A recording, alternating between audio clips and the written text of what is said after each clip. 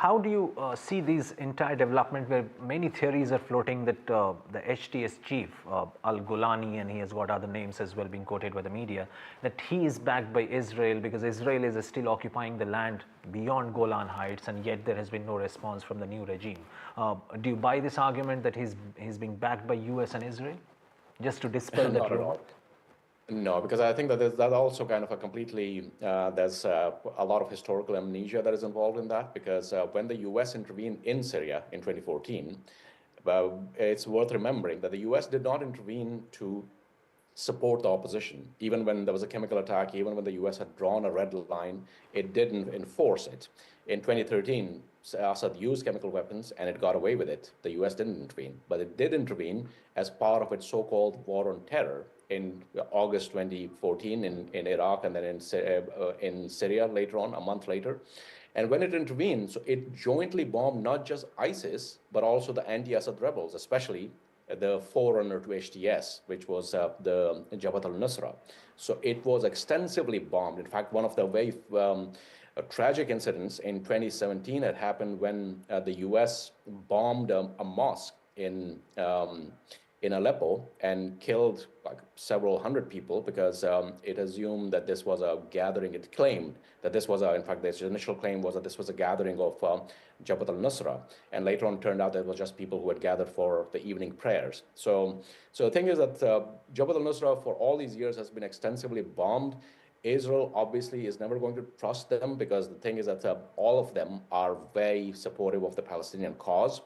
And but what Israel is doing right now is, in fact, it's going to do everything to undermine them, because that's one of the things that they are putting them in a position that they either will have to confront Israel or to shrink from it. And if they shrink from it, that's completely then diminishes their, even right now, what's going to happen is that as they are seizing territory, so Jabhat al-Nusra is certainly not in a position to pick up a fight with a regional superpower, which is completely backed by the US and which, it has been completely backed by Germany and the UK. I'll just interrupt you there. You said that right now they're not in a position to retaliate. Doesn't mean that they don't want to, or they're just focusing on reconstruction of the country right now.